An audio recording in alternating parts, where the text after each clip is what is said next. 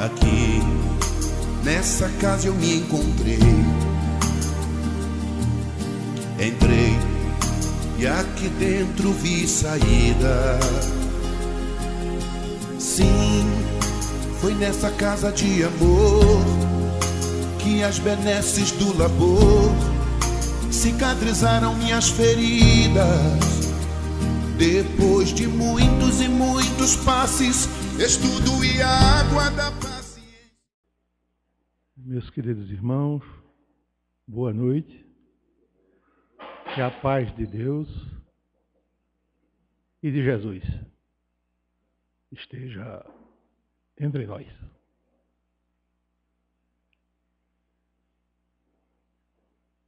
Existe para todos nós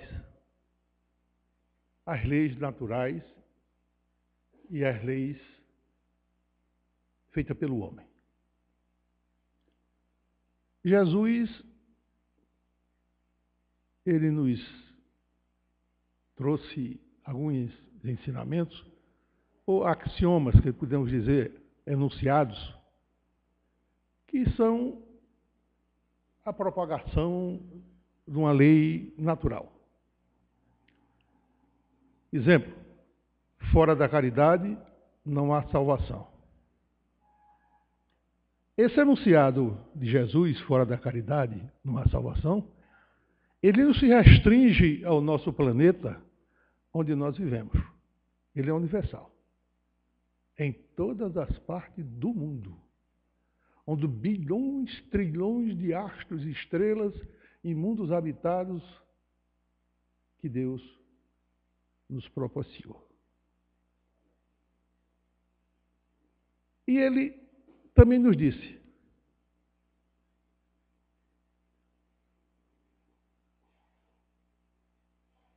buscais e achareis. É também um enunciado universal. Porque quando a gente busca, a gente procura, a gente tenta descobrir. E, consequentemente, a gente buscando e procurando, a gente está se interligando àquilo que ele nos ensinou. Quando a gente busca e procura, a gente tenta descobrir a verdade. O que é a verdade? A verdade é uma palavra simples, mas de uma dimensão infinita. Porque à medida que você busca, procura, você descobre novos conhecimentos. E esses conhecimentos que a gente busca e procura, a gente procura se libertar. Então, a busca do homem é a busca da liberdade. É a busca da verdade. É conhecer, entender, compreender e abrir novos horizontes para que a gente possa encontrar bases fundamentais para podermos nos erguer, nos aperfeiçoar e nos melhorar. Vejamos bem, eu vou tentar falar de uma forma simples, natural, para que a gente possa entender realmente aquilo que eu quero dizer. Como nasceu o Espiritismo na minha vida? No buscar.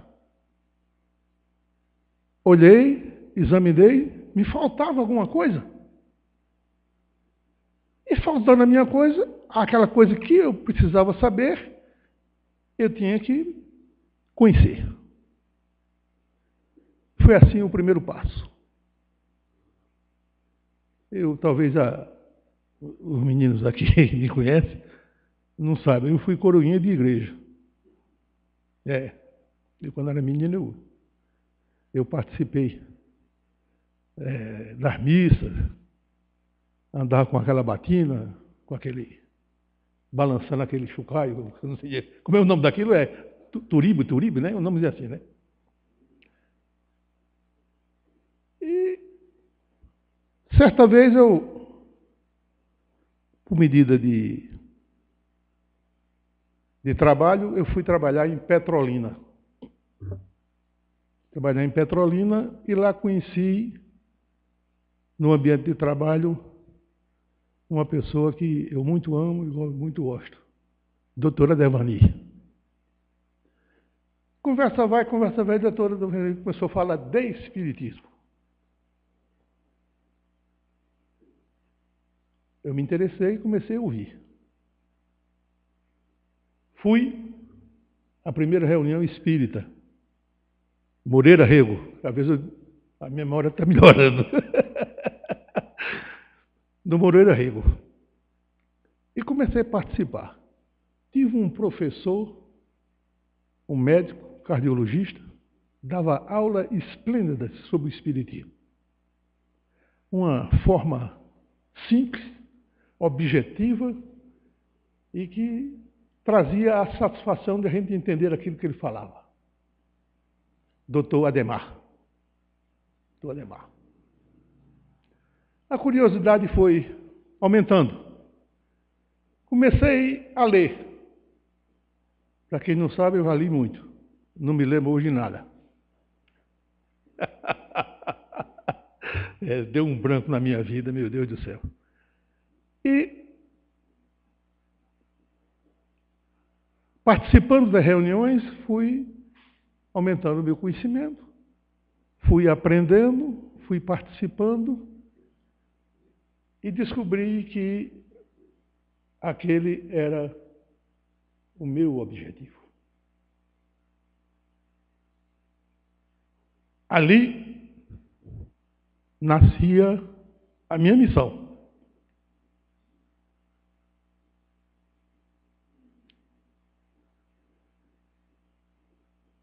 Chegando em Bizeus, conheci um rapaz chamado Nivaldo Nunes. E na praça a gente começou a dialogar, conversa vai, conversa vem. Conversa de jovem, de pessoas novas ainda, eu era muito novo na época. E ele falou que a esposa dele psicografava. Sabe quem? Apolo. E a curiosidade aumentou. Eu fui participar de uma reunião na casa. E a partir daí nasceu em mim justamente o despertar e a razão de me tornar espírita. Fundei o Centro Espírita em Bizeus. Início muito difícil, muitas lutas, muitos trabalhos. A Igreja Católica, na época, não aceitava, criticava. Fui chamado de catimbozeiro. Uma vez eu estava de frente do centro, passou duas senhoras, eu não me esqueço mais nunca. Olhou assim para mim e disse, eu gosto tanto de catimbozeiro.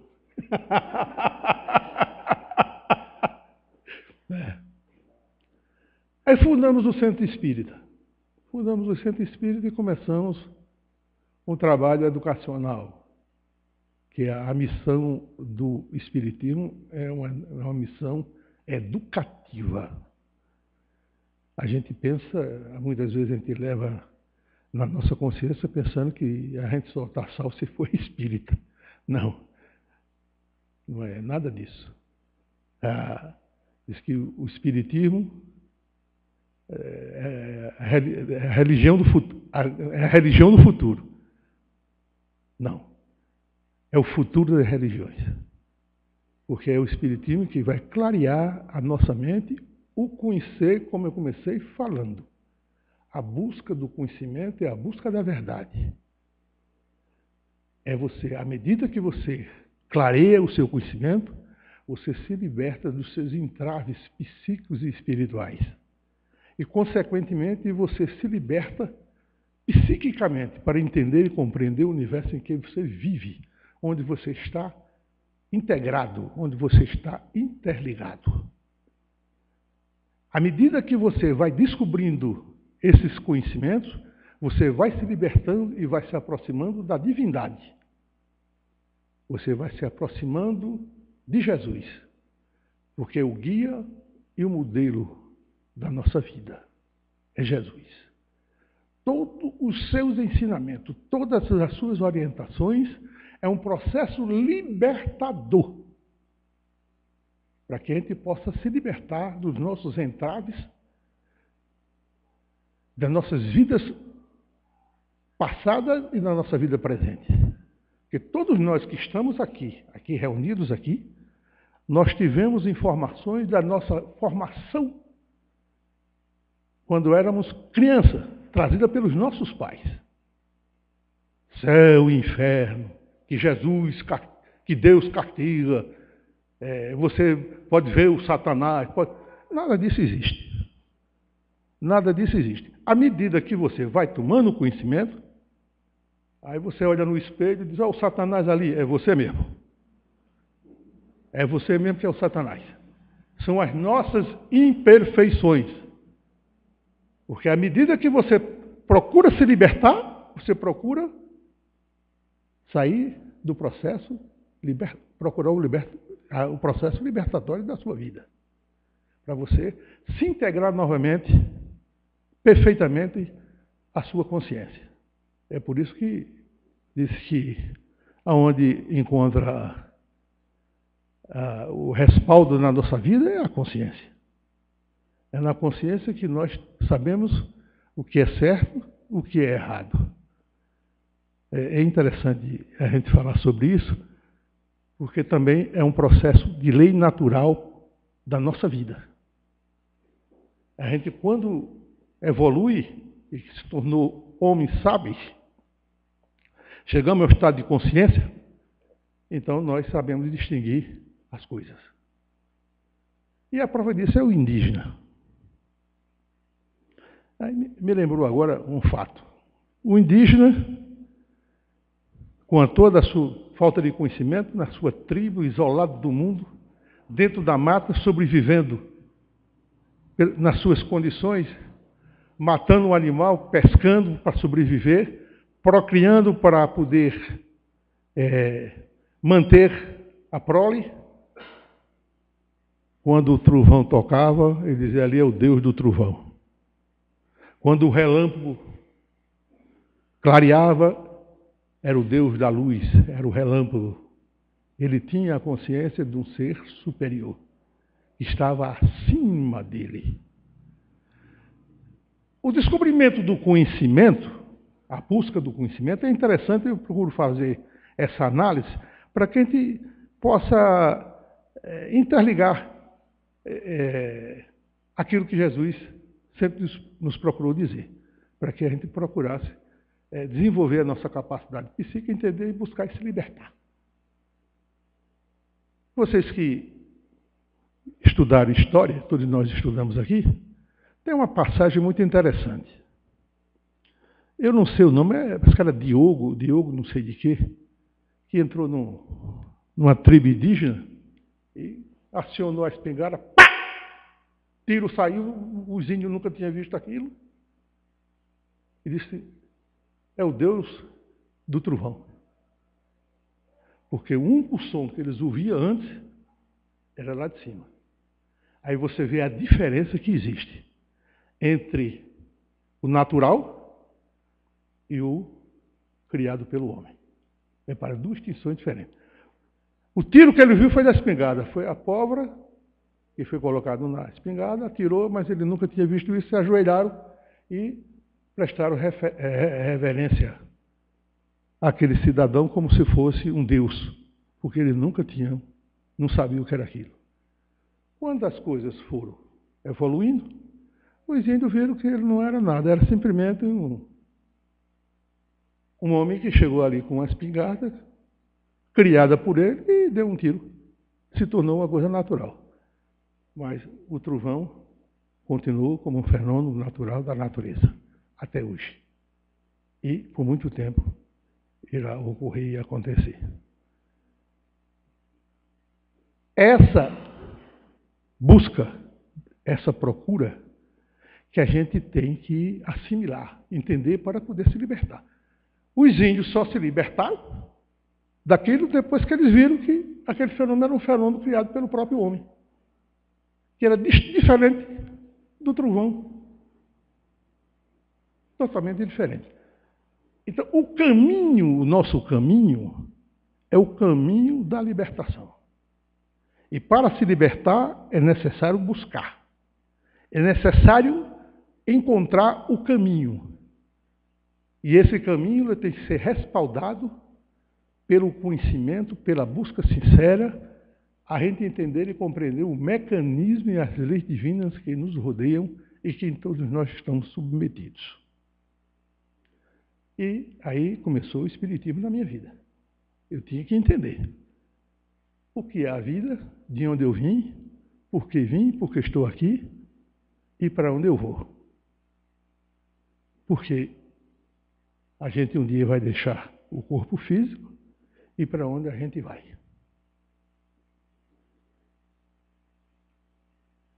E às vezes eu, conversando com os companheiros de trabalho, eu digo que aconteceram alguns fenômenos na minha vida muito interessantes. Um deles foi quando eu tinha 13 anos de idade. 13 anos de idade eu vinha no trem, eu e meu irmão mais velho, Jovan, que mora hoje em Feira de Santana. E como todo menino é treloso, não tem juízo, eu também fazia parte do mesmo sistema. Ia a plataforma do trem. Talvez alguma pessoa não conheça que é um trem, mas eu conheci. O trem era os carros e era ligado por um 8 de ferro. Puxava, e a plataforma tinha uma entrada de lado, outra de outro, uma escadazinha, uns batentes, e eu estava aonde? Nos batentes, sentado, e o trem em alta velocidade. Repara que negócio de doido. Menino, né? Foi a primeira comunicação espírita que eu tive, de forma clara. A voz veio e disse: entre que o trem vai virar. Eu rezei um Pai Nosso.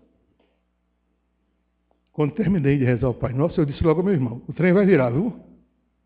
Vamos rezar. Eu rezei com ele um Pai Nosso.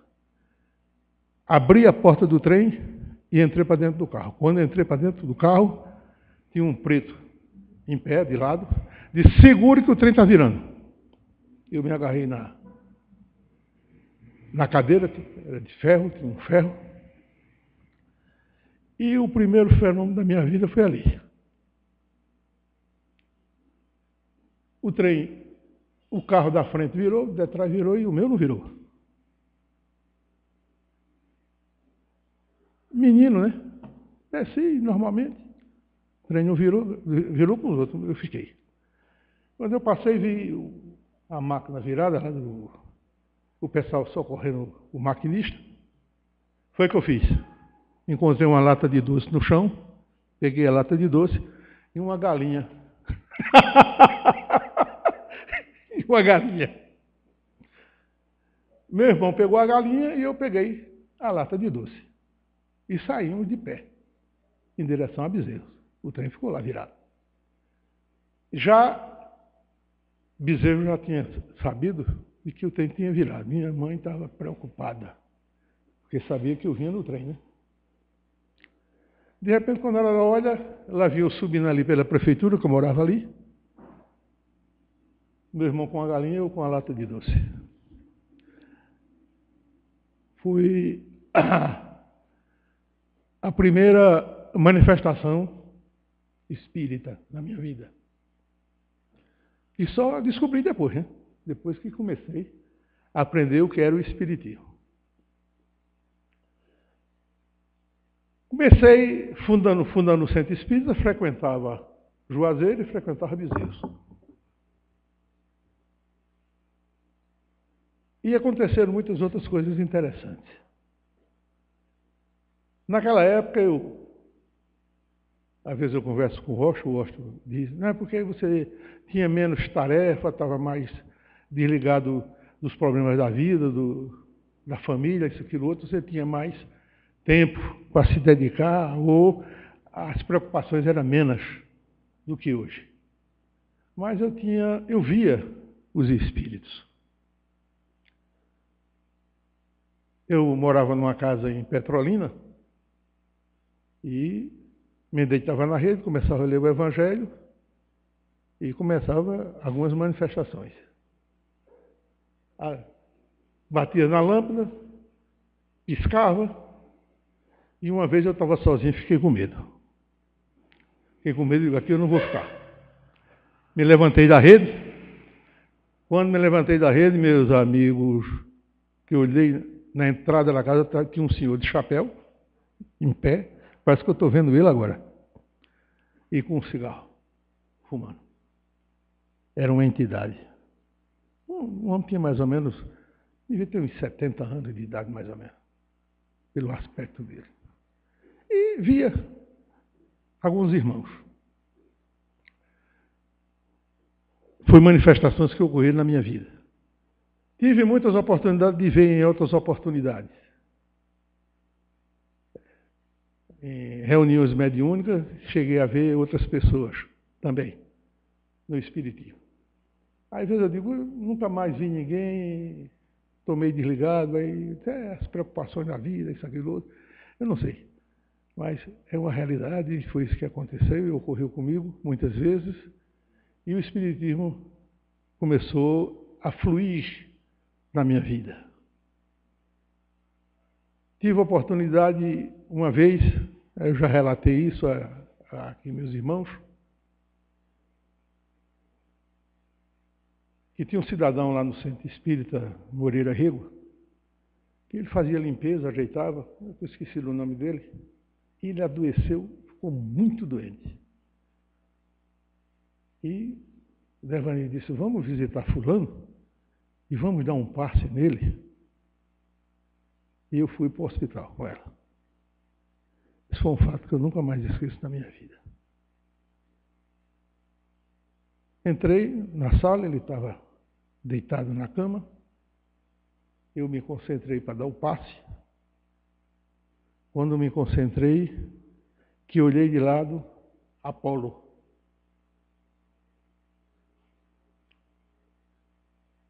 Se aproximou.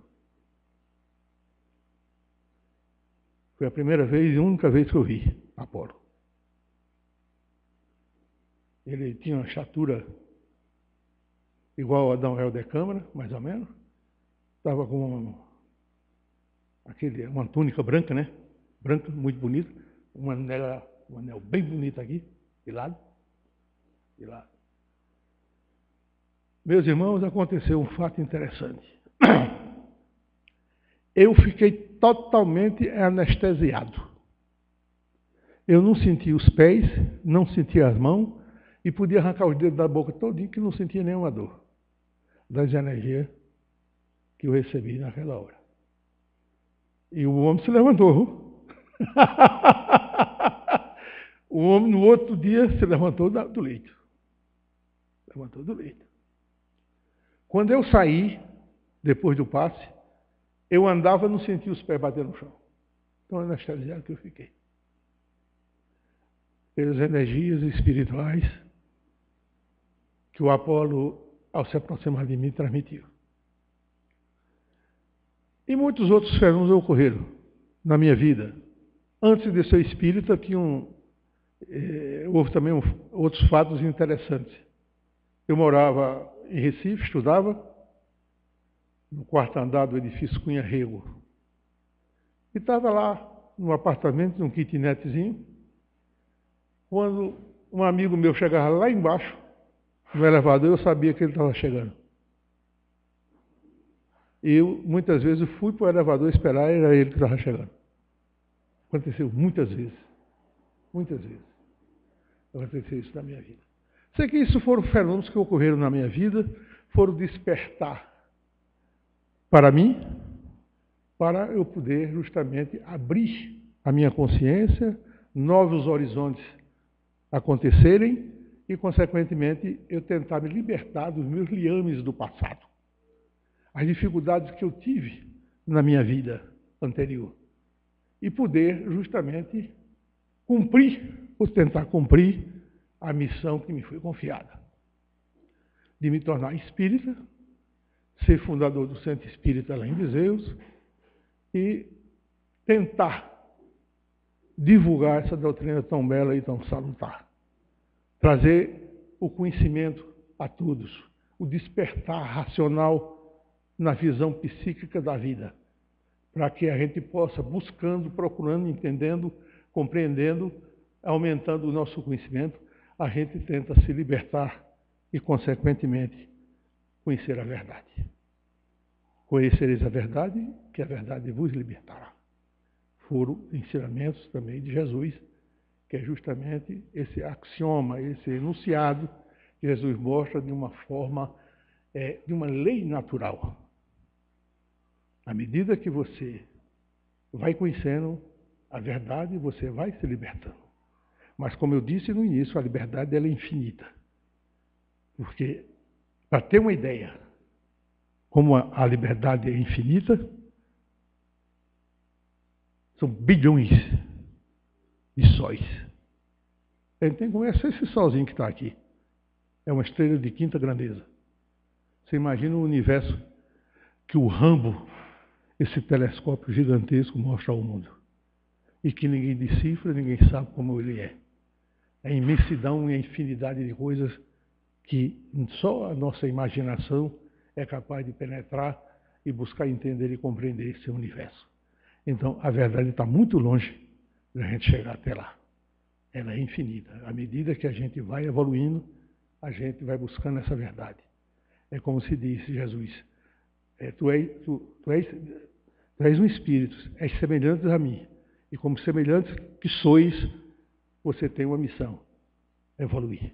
Evoluir, evoluir. A evolução é infinita. É um caminho que só Ele é que sabe distinguir, dizer até onde a gente vai chegar.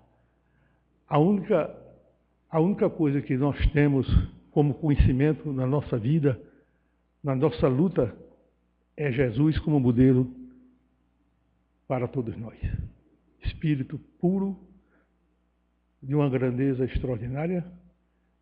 Quando perguntaram a ele, tu és Deus?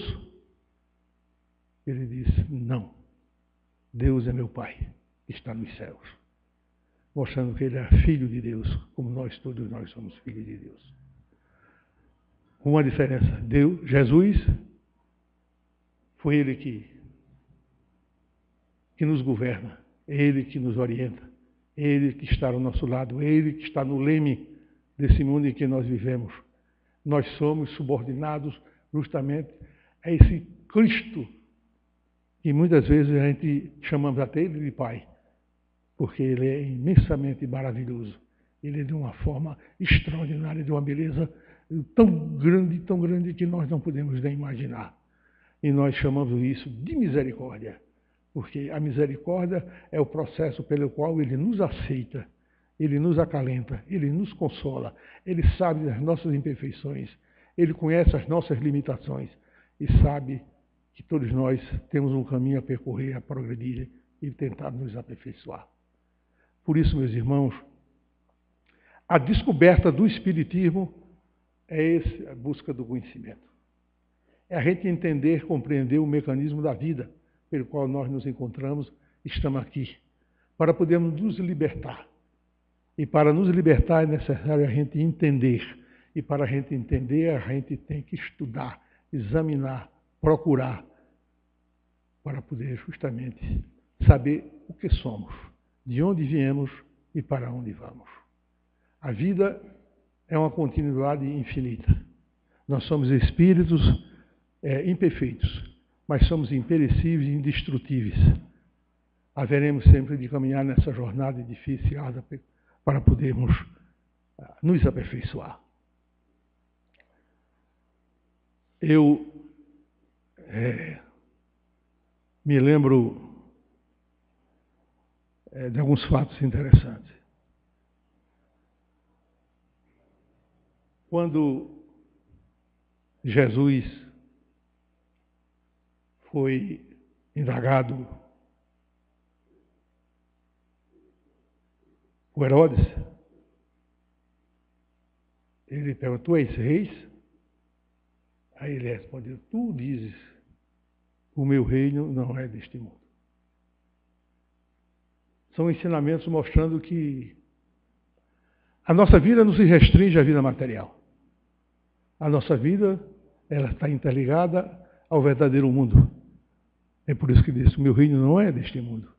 Porque o verdadeiro mundo é o mundo que nos aguarda e nos espera, que é o mundo espiritual, onde nós estamos despojados do nosso corpo físico e voltamos justamente à pátria espiritual com um corpo chamado corpo perispiritual.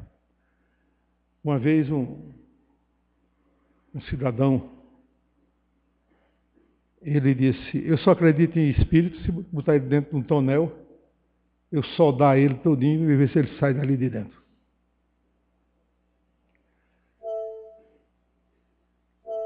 São percepções que as pessoas têm que, às vezes, uma simples analogia a pessoa possa entender. Você vê o vento? Não vê o vento. Você sente o vento? Sente o vento, mas não vê. Ele é invisível aos nossos olhos, mas ele existe. A luz, o que é a luz? A luz é o reflexo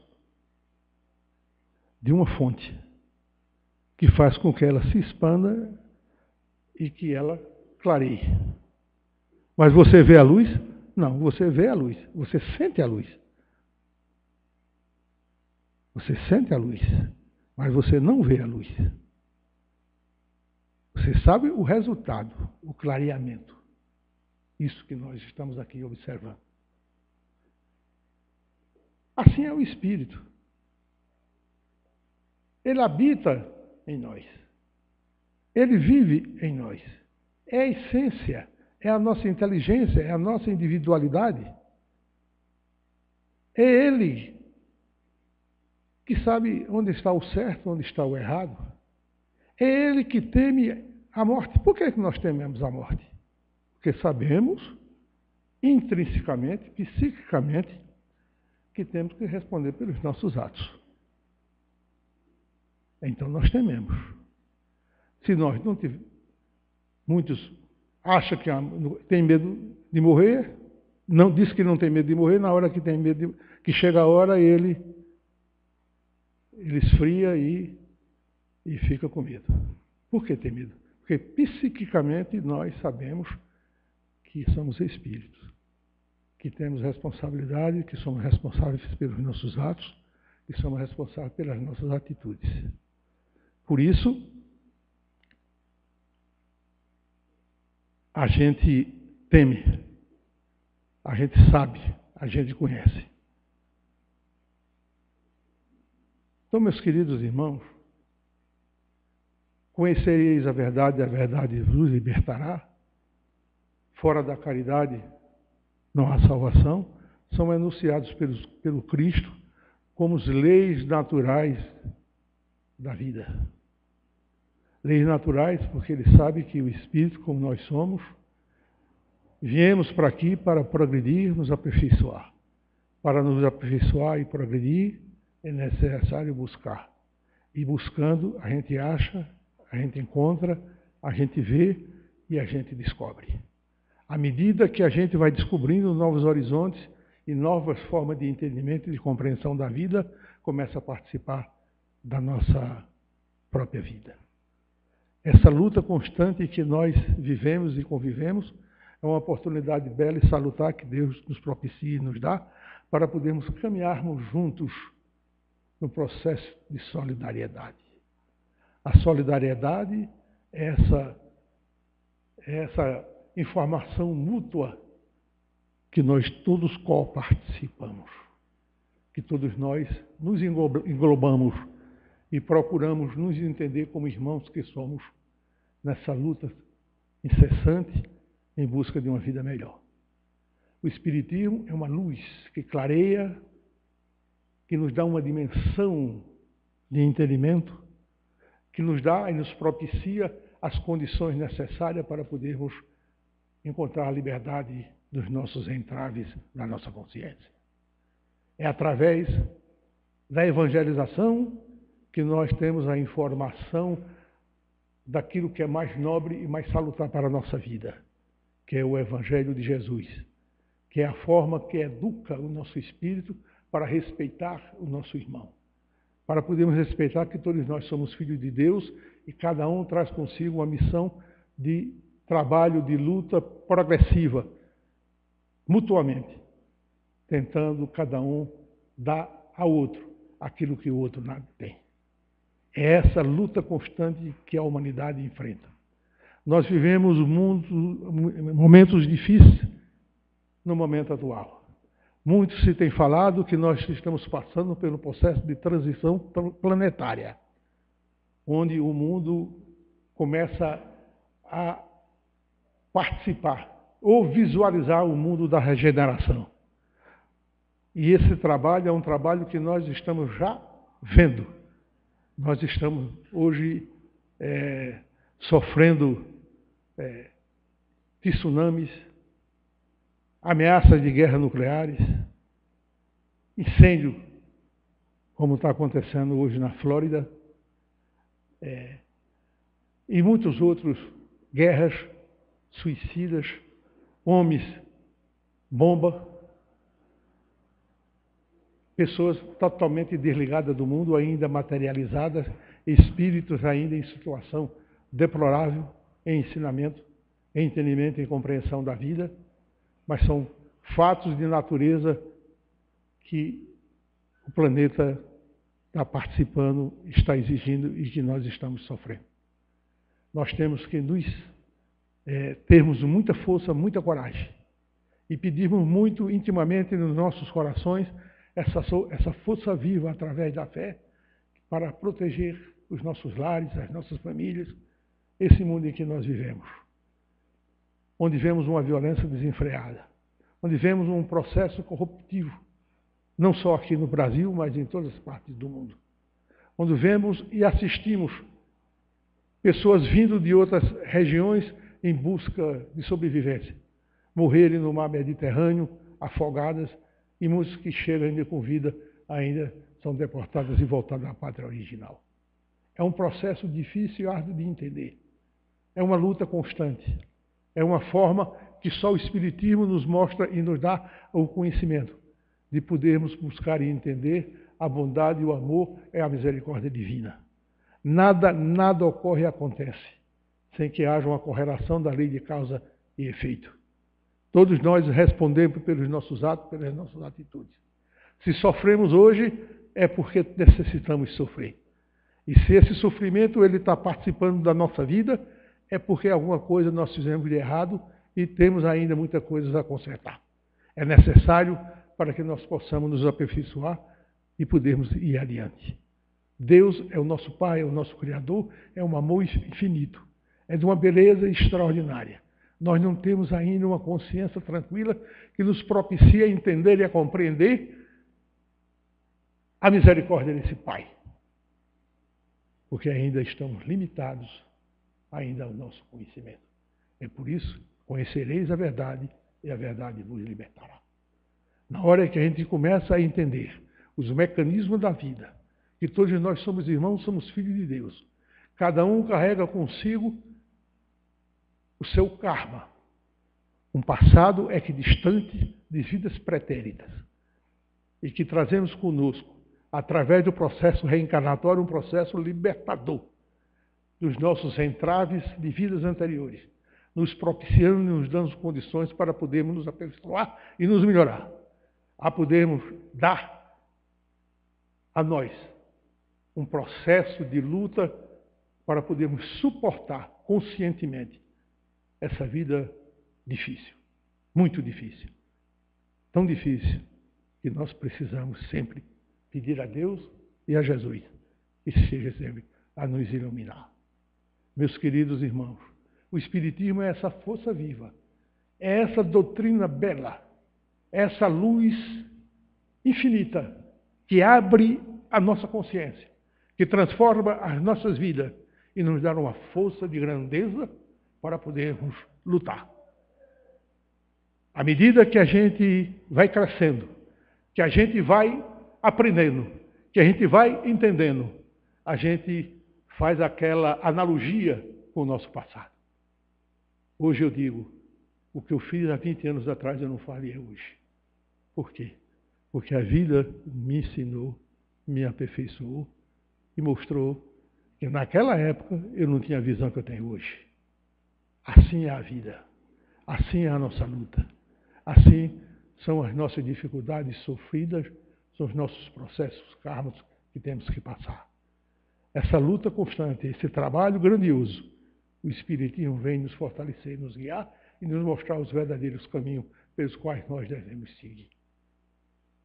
Pedimos sempre a esse Pai que abra em nós esse estado de consciência, abrindo o leque da nossa visão psíquica, para podermos entender e compreender justamente que todos nós somos irmãos, somos filhos de Deus, uns mais atrasados do que outros, porque a vida é uma escola. Deus nos dá a oportunidade do aprendizado, mas cabe ao aluno estudar, cabe ao aluno buscar, procurar. É por isso que diz, buscais e achareis. Conhecereis a verdade e a verdade vos libertará. À medida que a gente vai aprendendo, que a gente vai entendendo, a gente vai se libertando. Quando a doutrina espírita diz que não existe milagre, por que não existe milagre? Não é que Jesus curou, fez isso ou aquilo, é um milagre.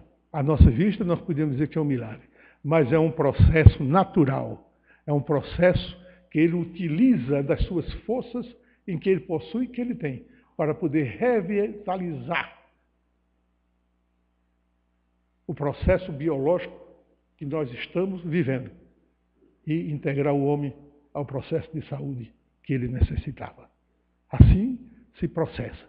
Eu vou dar um exemplo que você possa entender, para que você possa compreender isso que estou lhe dizendo. Existe o milagre dos peixes. Jesus estava na barca e os coitadinhos, feito eu e nós, esperávamos que pegássemos alguns peixes. E jogava a rede, nada de peixe. E jogava a rede e nada de peixe. E Pedro, que era pescador antigo, desde as suas origens, jogava, coitadinho, e nada de peixe. Disse, Senhor, aqui não tem peixe não. Hein? Joga e tem peixe. Aí Jesus disse, chamou, joga ali a rede. Aí jogou, quando jogou, veio cheio de peixe. Aí isso é um milagre. Realmente é um milagre. Às nossas vistas é um milagre.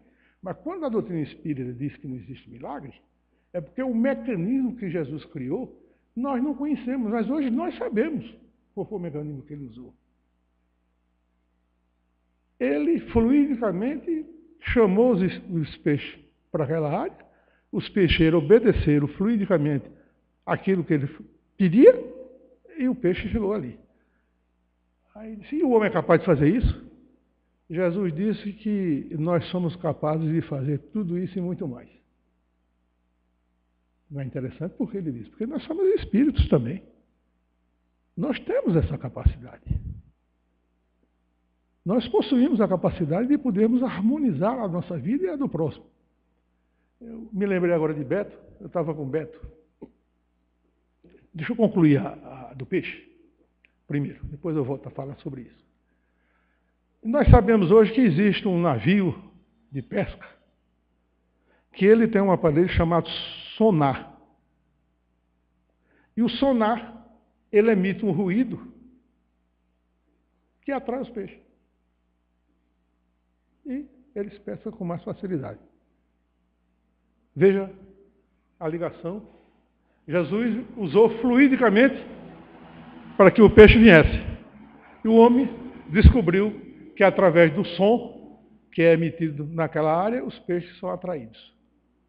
São processos diferentes, mas processos que são perceptíveis e entendíveis. A gente pode entender e compreender como ocorre e como acontece.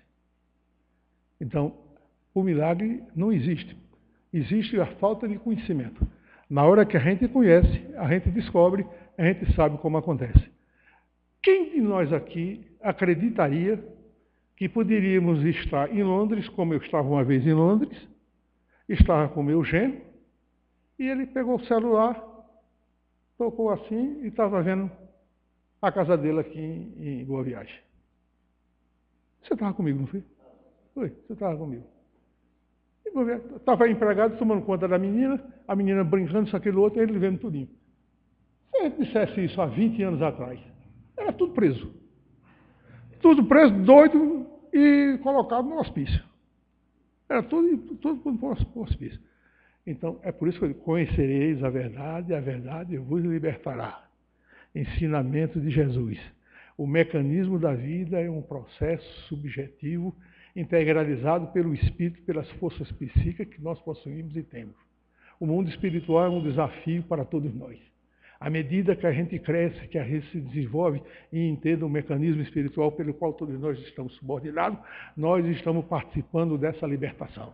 E nós estamos aprendendo, compreendendo e entendendo que somos espíritos, somos homens encarnados, que cada um tem a sua responsabilidade, tem o seu dever, tem a sua busca, tem a sua procura e tem o seu desenvolvimento, o seu aperfeiçoamento a participar. Essa é uma luta constante do espírito. Nós, espírita, o espiritismo, essa luz suave de grandeza, é a oportunidade que abre os nossos corações a entendermos a nós, a compreendermos a vida, a sabermos que nós somos deuses, como Jesus disse. Vocês são capazes de fazer muito mais do que eu. É uma analogia, ele falou, mas ele quis dizer que nós podemos realizar muitas grandes coisas, como ele também fez. E voltando a duas coisas que ocorreram, e como eu estou falando da minha vida aqui, o nascimento do espiritismo na minha vida, eu me lembro uma vez que eu estava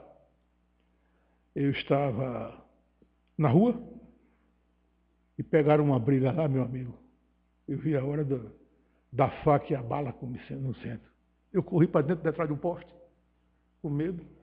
Meu amigo, eu me concentrei, fiz uma prece. E sabe o que aconteceu?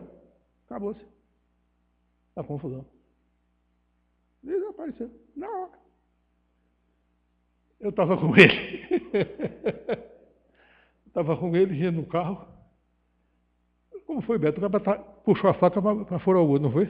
A gente estava chegando em Santa Maria, lá para aquela área lá em cima.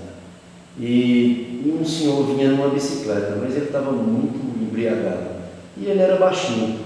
E ele queria brigar com um cara que ele não passava essa foto. E eu disse, poxa, esse grande vai matar esse pequenininho. Né? Eu disse, pare o carro, seu Jaime. Ele disse, não, vamos fazer uma prece. Mas a minha vontade era de correr, eu disse, o senhor vai passando o carro. E ele encostou o carro, e eles dois estavam já se agarrando para brigar. Aí o seu Jaime olhou para o grande, disse, meu filho, pense em Jesus que não vale a pena um negócio desse. O homem mudou de cor na hora. Foi interessante demais. Ele mudou, disse, aí olhou para o outro estava muito embriagado e só ficava dizendo coisa com a gente e com o grande. Aí o grande disse, o senhor tem razão. Foi-se embora. É por isso que eu digo, a prece, somos capazes de realizar muitas coisas. Muitas coisas. Outra vez, esse foi um fato muito interessante também. Eu estava em casa e meu neto, Vinícius, rapaz, ele tinha uma infecção no olho. Eu nunca vi um negócio daquele. Eu fiquei impressionado. Ela tinha ido para médico, ela tinha feito exame, ela tinha feito tudo, né? E minha filha estava desesperada. ela apertou o olho dele. Saiu mais ou menos uma colher de pus do olho. Eu nunca vi tanto pus sair no olho.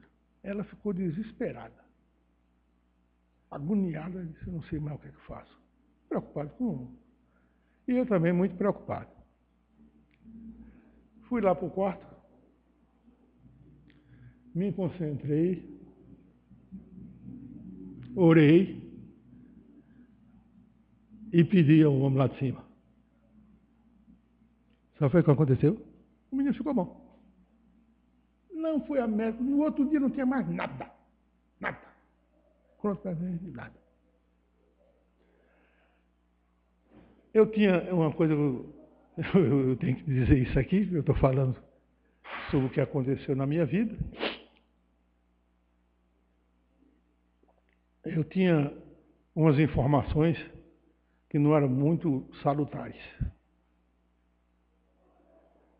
E aconteceu com muitas pessoas.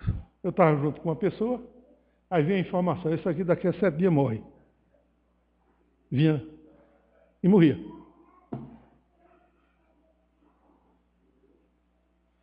Chegava perto de um, ele disse, esse aí está com tal doença. E estava. Eu pedi a Deus, pelo amor de Deus, tire isso de mim. E tiraram. Tiraram. Nunca mais tive isso. Muita pessoa acontecia.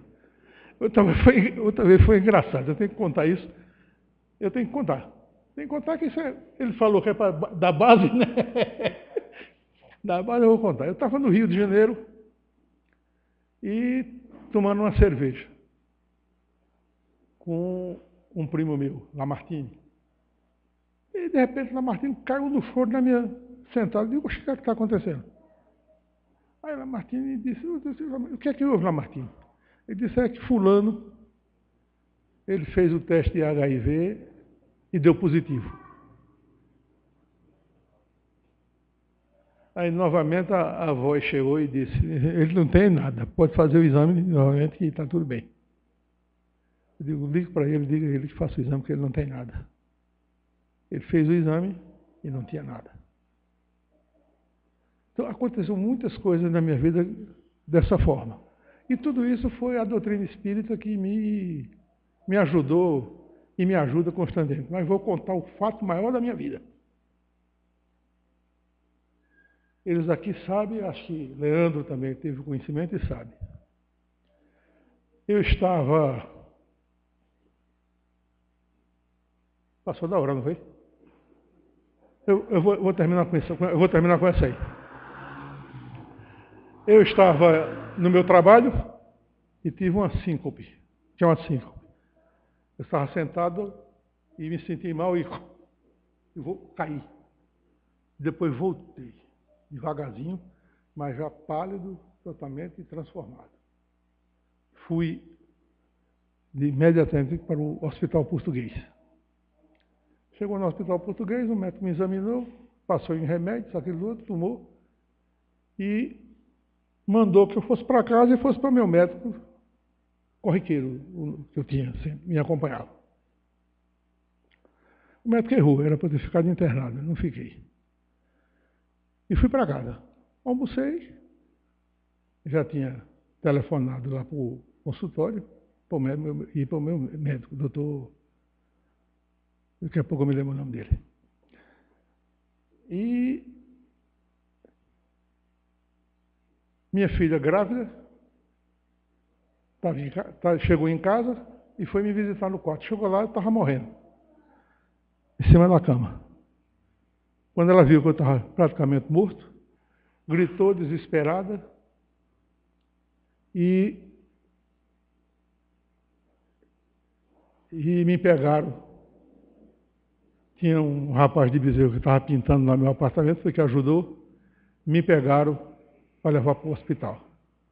Coincidência, o elevador estava no andar, parado, esperando. Desceu, o carro estava no lugar certinho, para eu entrar. Eu não vi nada, eu estou contando o que me contaram. Saí do prédio, no carro, as minhas meninas gritando que eu estava morto.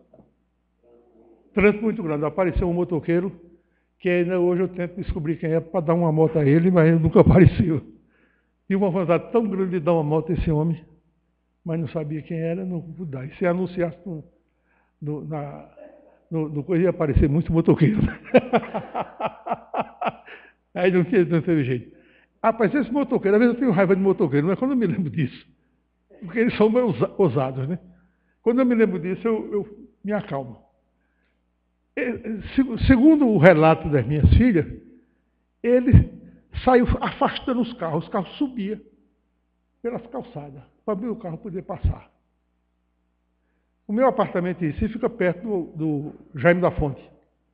Quando o meu carro chegou comigo no Jaime da Fonte, estava um médico de plantão lá.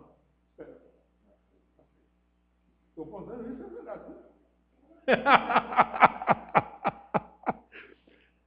Quando o médico viu, disse, para aí, deixa que a gente tira.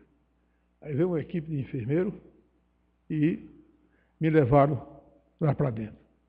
O primeiro processo, desfibrilador, choque. E nada de eu voltar. Tome choque, nada de voltar. Segundo o menino que me viu, disse que meu corpo subia da cama, caía. Só que foi a marca. E ligaram para o doutor Bruno, vocês conhecem o doutor Bruno aqui, né? Doutor Bruno. Só está acontecendo isso. Aí o doutor Bruno ligou para o médico de plantão. Por coincidência, amigo dele, formado com ele. Ele disse, Bruno, não tem mais o que fazer não, o homem está morto. Aí Bruno disse, pelo amor de Deus, fique tentando por mim, faça isso por mim, fique tentando. Porque já tinham desistido. Né? Aí tentaram novamente e eu me reanimei. Repare como são as coisas, né? Me reanimei. E a conversa no hospital? Se voltar, vai ter uma vida vegetativa.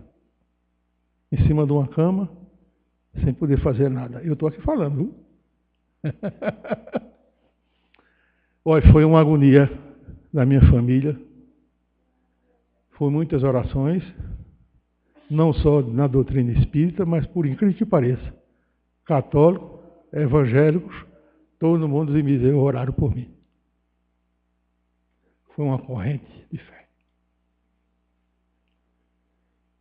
E nada de notícia boa. Fizeram reuniões lá no meu apartamento, você participou, né, velho Neto? Participou, né? E isso aí, Raminha. Uma oração, reuniões espíritas, aquilo outro.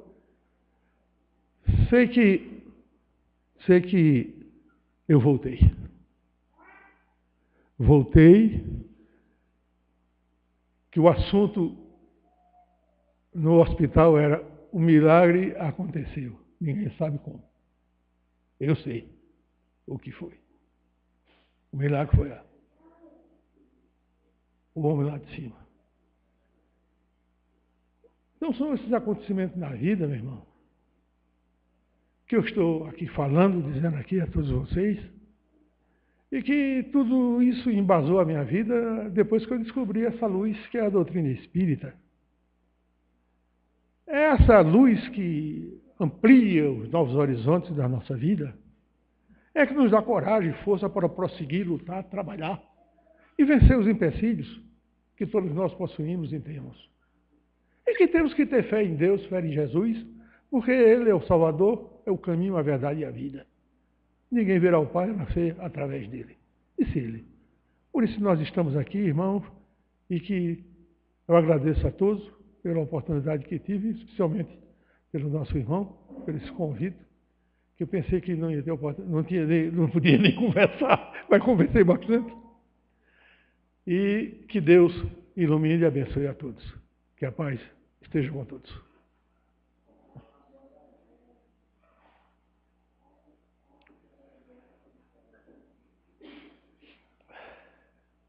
Deixa eu me recompor. Eu sempre, quando eu faço uma prece, eu sempre repito essas palavras.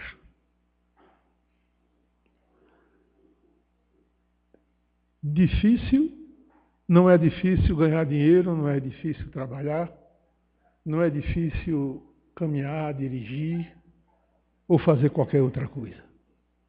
Difícil é fazer uma prece. Mas por que eu digo que difícil é fazer uma prece? Porque a prece é um ato sublime. A prece é uma voz suave, doce, dentro do nosso coração. É a comunicação com Deus.